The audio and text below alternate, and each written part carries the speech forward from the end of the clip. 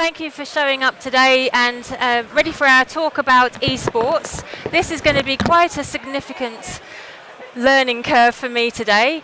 Who here is a gamer? Oh. Oh God. Okay. So, I've been told that there's a good chance I could be a gamer, apparently. And when I was asked, what do you do with your free time? I look at Facebook. Do you play any games on your phone? I went, nope. So I really am at a terrible loss here. So this is going to be a massive, massive learning curve for me today. So first of all, can we introduce yourselves? Mo, tell us about yourself. Hello, Mo Fadl. I'm the head of publishing for Riot Games Nordics. Riot Games has a game, as you may know, League of Legends, has something to do with esports since 10 years, has quite a followership, player base. Before this, I worked at Wargaming, Blizzard, NCSoft, and Changyu since 16 years in the industry and getting old. And Sean? Yeah, I'm Sean. I'm Sean Lee. I manage strategy, M&A investments on behalf of Wargaming. We are known for a game called World of Tanks, which is developed and published globally, free-to-play game. A lot of people like to blow things up, especially men, and that's kind of what we cater towards. I was told TechBBQ needed some yellow people on the stage, so that's why I'm here. Yeah, I'm the female sector here, so yay. And myself, my name is Melanie Boylan, and I'm a journalist with Irish Tech News, and I'm here covering the event and obviously learning a huge amount on the way. So I actually had to Google what esports was. So for the benefit of the 5 people in the room who don't know about esports, can you tell us, Mo, what esports is? Esports started more or less like 2 decades ago. It's in the end, it really changed into be esports when it started with streaming platforms. Esports is like a get-together of high professional players, entertainers, influencers competing on a very high level, skill-wise, in different kind of games against each other or against PvE, meaning against the computer, and having either an audience watching them or a fan base following them. So esports really more like an evolution of entertainment for the last 15 years. I think actually, Mo and I were just talking about this. The term esports is a little bit confusing because people immediately associate it with professional sports. That is one component of it, but as Mo described, esports has now come to encompass all that is the next generation of entertainment. When you look at younger demographics from 25 and below, or even older and below, they're now gravitating away from traditional program, cable broadcasting to Twitch and YouTube, and the content they're consuming is gaming related. And once again, to clarify, it's not always competitive gaming that esports consumers are watching. They're watching people like Ninja and PewDiePie and other people just generating entertaining content. And that's kind of in a nutshell what esports broadly is. For a moment there, I thought you said Tweety Pie, but you said PewDiePie, didn't you? PewDiePie. Yeah, okay. Sorry, I'm showing my age there. So when I did a Google of esports, it said it's also known as electronic sports and form of competition using video games. Esports often takes the form of organised multiplayer video game competitions with professional players individually or as teams. Yeah, the thing is, we had to give it a name in the end because for me, esports is really more like a legitimize gaming as a new entertainment platform completely. Yes, we have, especially for League of Legends, real professionals, athletes, sport athletes who earn a tremendous amount of money, have a strong impact in the community, but it's just the spearhead of a very big movement. Esports is like the torch carrier, more or less, of this new generation of millennials onwards, of the new kind of content and engagement. This is esports really like in a nutshell for the wider industry and for the scene itself. Okay. So you said that esports has been, the term has been coined for the last 15 years, but it's actually been around a little bit longer than that, hasn't it?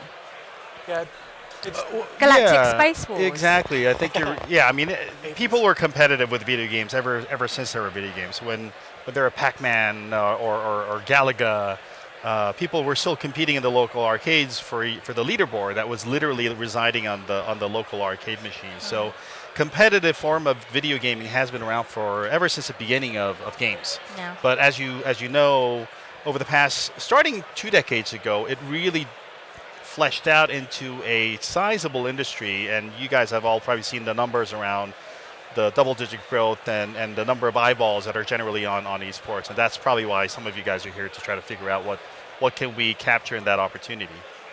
Now, I've been looking at this, and there are some very, very, very wealthy teenagers out there. Who would be the target market for esports? What age range? What gender?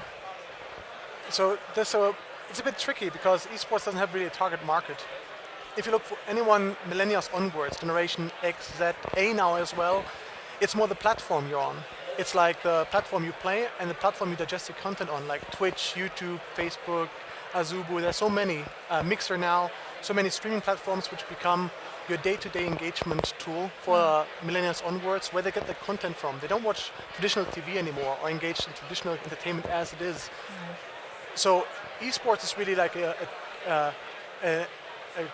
as mentioned, this torch carrier which brings in the new kind of content, legitimize it to a broad audience out there and only growing audience. And you mentioned the young, well-earner. Well, they're the ones that are publicized, I assume. Yeah, naturally. Yeah. But if you look at influencers overall, YouTubers, Twitch streamers, who are way more out there than just esports players, and they earn often even more than esports players because they're on the same platform, they play on a very high level, but they're focusing more on the entertainment part instead of the competition part. So it's a bit tricky area. Important is So there's two streams particularly. There's the entertainment aspect and the competitive side as well. Yes, Right. they go hand in hand. Okay. And it's merging more and more, especially when we have like new games coming or new products. And Sean knows as well, especially Wargaming tried to understand what is esports. 10 years ago when we started, really like last 8 years at this time at Wargaming as well, and I said, okay, what is it? We looked up to Riot, who led the movement more or less with League of Legends at this time. And we understood as well quite fast that it's just to create 5v5 esports and call it esports and put it on a platform doesn't mean it's successful. And this, we still see a lot of Right. And I would add, I mean, Melanie, to your question, it's also evolving as we speak. So, for example, traditionally when people think of esports, they think of young teenagers competing for millions of dollars, but that's just one subset of esports. I think going back to your question, how do you ask the question of, the TV as a platform or as a medium, who is it for? It is for everybody. So for esports or video gaming, you have games like Minecraft for young kids, and you have games like League of Legends, which are for college age 20-year-olds, and then you have games like our games like World of Tanks, which is 35, 40, 50, 60-year-olds sitting around, blowing up young teenagers running around in little tanks, and it's really difficult to target a demographic. It's an entertainment. Whereas if you consider it content, there are different kinds of content that cater towards all kinds of age demographics. Yeah. Because obviously on TV, you've then got the children's channel and then the history channel. And that sort of stuff. So you would have within the esports, like my kids do Minecraft and Roblox.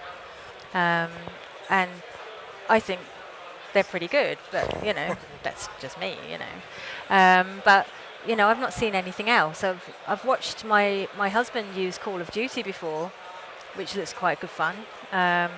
But that's as far as, I was telling you guys whilst we were standing over there, the only time I've ever used a video game is Frogger. Frogger. Does anybody remember Frogger? Yeah, wasn't it wicked? It was brilliant. I loved it. And I was really good at it. I thrashed my mum, loads of times. You should be an esports competitor. Yes. In Frogger. And stream it live.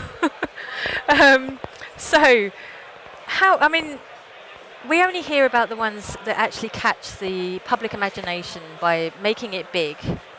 So why isn't it so, mainstream popular? Why hasn't everybody heard of it? I wonder about that question. I wonder, just in this audience, who's never ever heard of esports? I think most people have at least heard of it. You've had to Google it, but most people have heard of it. I heard of it last week. Right. And I think most people, particularly in this particular segment of technology, are aware of the massive growth and potential of it. Sometimes I compare it to when mobile devices first came out and advertising dollars weren't there. I remember the days when there were eyeballs on mobile and money wasn't following because traditional advertisers didn't understand that these eyeballs actually translated into genuine value. Yeah. And if you look at esports, that's kind of the next generational content shift, where you're going from traditional TV programming to VOD like Netflix, and then to platforms like Twitch and YouTube, which are providing like esports or gaming as a medium for content. The eyeballs there are tremendous. I forgot the exact numbers, but the last League of Legends World Finals, I think, had more concurrent viewers than the Super Bowl. And people don't know this. To your point, they've never heard of it. They may have, some of the folks who are savvy might have heard the headlines, but the eyeballs are there, and they're going to keep going there. And if anybody's in the traditional advertising space, or if you're trying to target a broad demographic of younger to medium-aged people, you have to be really mindful of where esports is going. Yeah, the thing is, as Sean mentioned, it's really like an educational part. We worked the last 6 months heavily with in the UK with the Parliament itself. We met the MPs, tried to talk about the actually evolution entertainment, as they call it itself as well. I had no idea they were able to talk about anything else. Wow! Yeah. Order! Sorry, carry on. No, but beside Brexit, yeah. But you could see when they ask, when we were at a panel like this and we talked to MPs and they ask me like, okay, in League of Legends, why do you collect the profiles on Facebook? And I was like, what do you mean? What? Pardon me? Yeah, you're gamers, you have a computer game, so what did you take on Facebook? So then I realized that a lot of the MPs even had not a clear understanding what is social media, what is Facebook, what is a game like League of Legends, what is esports. So it's really an educational process which is happening, especially with older generation, my parents' generation onwards. But the good thing is, now I'm 40, I have 3 kids. I grew up within the industry as a gamer. My kids, for them it's natural really playing games. Education-wise in Finland, my wife's Finnish, they grew up with games in the classes as well, talking about it. It will happen, and I just saw a question as well, when do you think esports will become big and like overtake? It will be naturally as well. It will just, because it's a news source where kids, millennials onwards, focus on to get their core piece of entertainment from is those new platforms, streaming platforms. And esports is an endemic, organic part of those platforms. I do see your point there, but the thing I think I would miss is I was at the Olympic Games in the UK a while back, and it's immersive. You're there, you're surrounded by the noise and the chatter, but when you're watching it on a screen, watching other people do it. I mean, guys, I like watching sport in the form of snooker. Okay. So it's hardly immersive, but you can't get into it if you're just watching somebody else do it. This I like, hardly disagree. It's more like if you go to one of the Worlds last year, having 40,000 plus on-site in the stadium, watching 100 million online watching, I couldn't watch snooker or something because I'm not connected to the game. I don't feel anything. But if you're a gamer and you're an organic, endemic part of the streaming platforms or YouTube and Twitch, you're used to see LoL, used to see CSGO, Dota, a lot of great games which are part of your culture, of your identity, and then it's easy to watch and follow because you understand, wow, this was a crazy move. Even if I never played this game, I can see this needs a lot of skill, and it's passion. Yeah, I think it goes back to the education part of it, right? Because what you said is correct in the sense of if you're not aware, that's what you would normally think. But I would encourage you guys, if you haven't been, try to go visit one of these offline events where they're having this, they're selling out stadiums to fill in all the spectators who are chanting for their teams and their rock star players. It is exactly the same experience like the Olympics, except there's probably deeper engagement with their teams and their players. Probably, yeah. And the format around it is very similar as well. The only, okay. If you want to talk about athletic prowess, that's a slightly different subject matter, but you're the one who brought up snooker, so. So who here uses Twitch to watch games? Wow, that's... Cool. And YouTube to watch games? about the same. And you said there was one more. There are many more, but Yeah. these are the Pornhub, is Pornhub one of those? No, Pornhub is not one of those, Sean. I could have sworn I saw some Overwatch content there. I'm out. Oh, wow, you just totally lowered the tone, Sean. Thanks. Moving on. Sorry, that's why we're wargaming. So, I believe to get really anywhere in gaming is you need to have a sponsor. Is that true? Yes and no, depends, because there are a lot of influencers and streamers and teams who don't have actually sponsors, but they have a massive fan base. And if you're on Twitch, if you're a streamer, you can have sponsorship deals, but in the end, your fans, people who are actually engaged with you, they sponsor you every day, either with subscription or donations.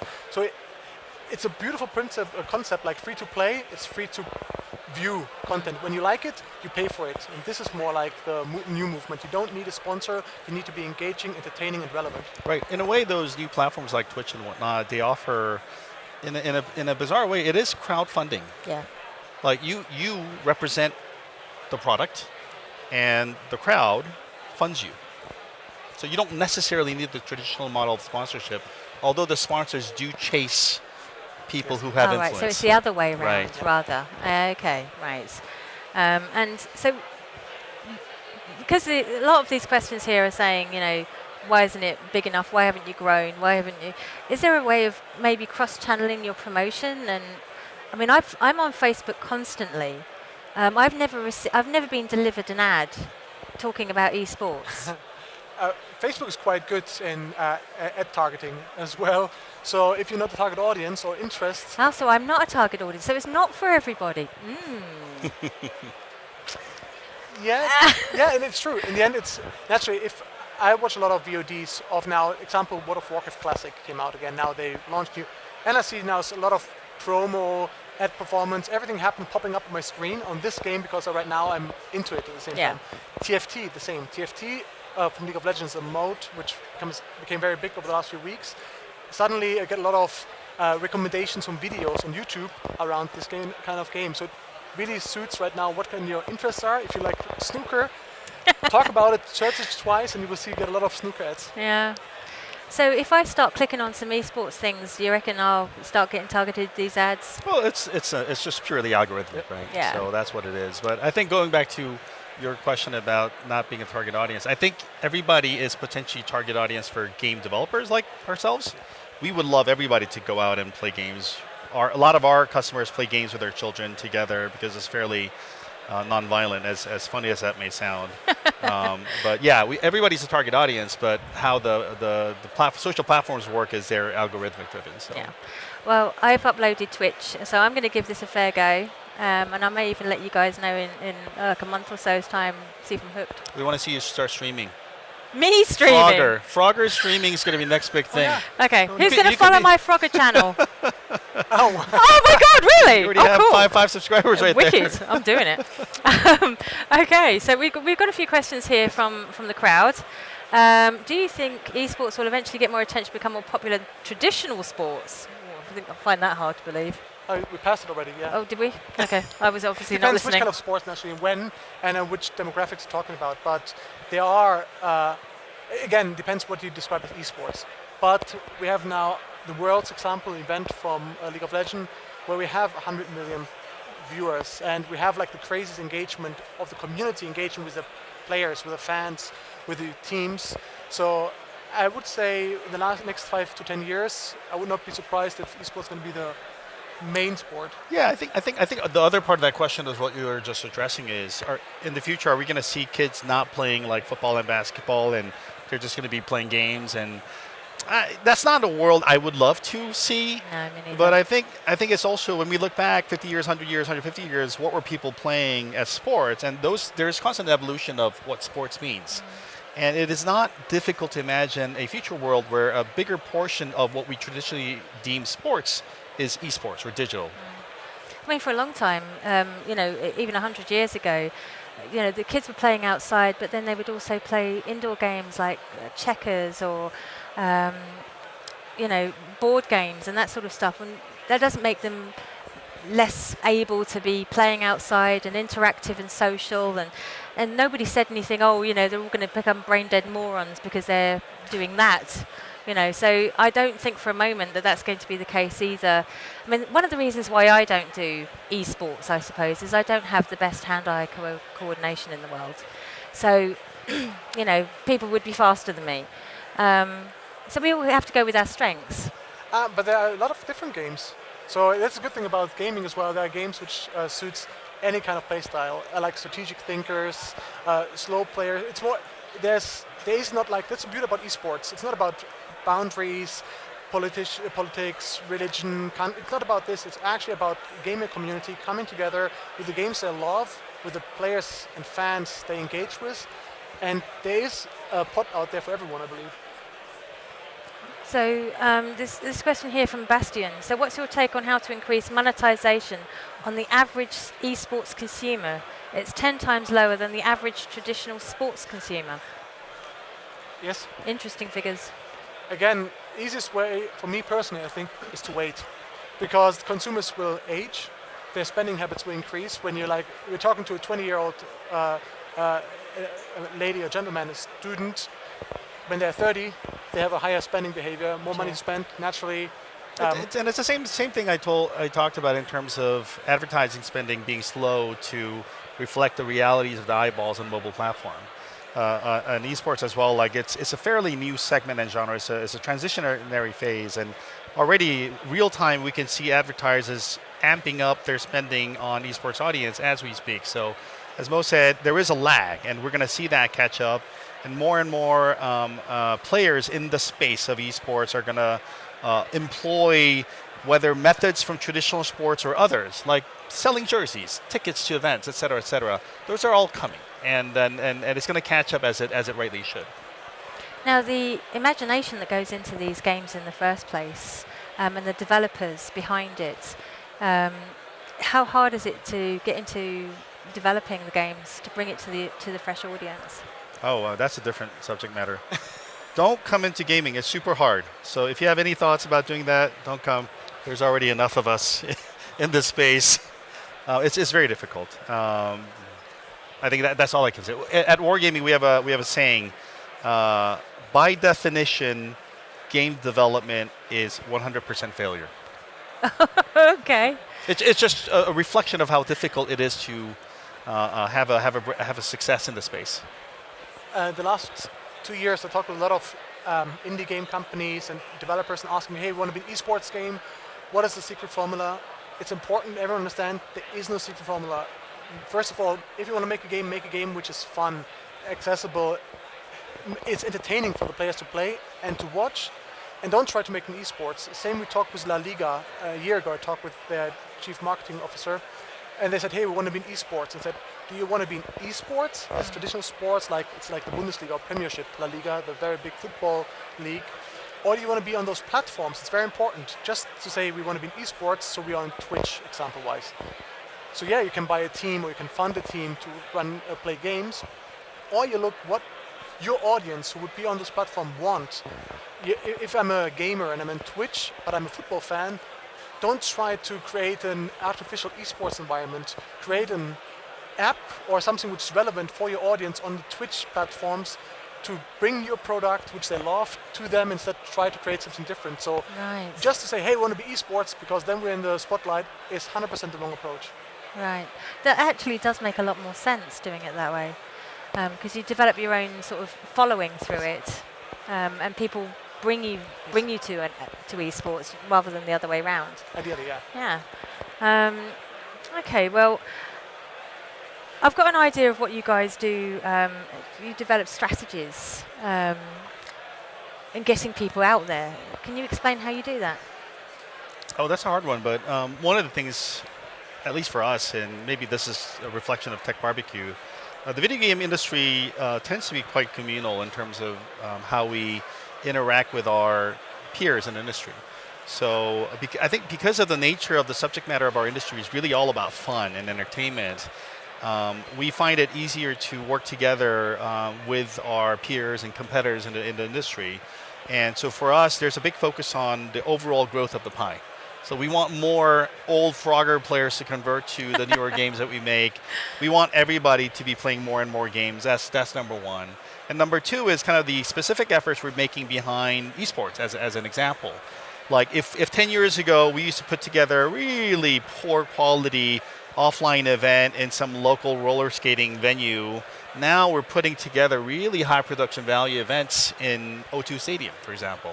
So just offering better experiences for the broader consumer market is kind of the long-term strategy. It's great that you offer both the offline and the online. Gives the game a much greater feeling of the experience, I suppose. Exactly, and it's becoming for the newer generation of people, or even for like older generation of gamers, there is a longing for that sense of community. Yeah. And although like the initial sense of community forms within the games, more and more game developers and publishers are fostering offline engagements and interactions. Like our good friends over at Supercell in Finland, for example, within the game, they offer a tool to organize local meetups of people in your clan or community to get together, socialize over some burgers or a beer, and talk about game strategy and form lasting friendships. Yeah, sounds quite nice. I'm missing out here, aren't I? And Mo, what can you, as a company, contribute to esports going forward? It's more like keep the focus where it should be, like on the players.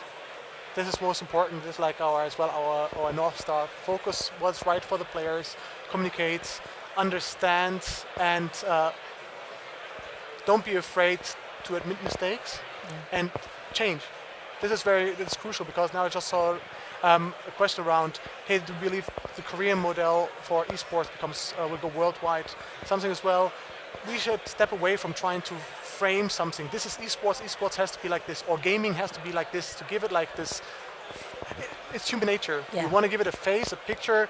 We limit it with this approach. Esports or competitive gaming can be so much more if we let it be. For a LoL, it means this. For another game, it means that. And this is very important as gamers. I think this is where we come from, that we grew up in a very inclusive environment. We say, okay, let's be open. And this is something I believe where we can contribute the most, to say, let's be open and don't try to limit it to certain criteria. Well, I think we've wrapped that up rather nicely. I think we did. Although Mr. Money Mustache asked, what's the fastest growing company publicly traded that we should look into for investing opportunity? Grab me after the talk. For 20% commission, I'll share my stock picks. There's always one, isn't there?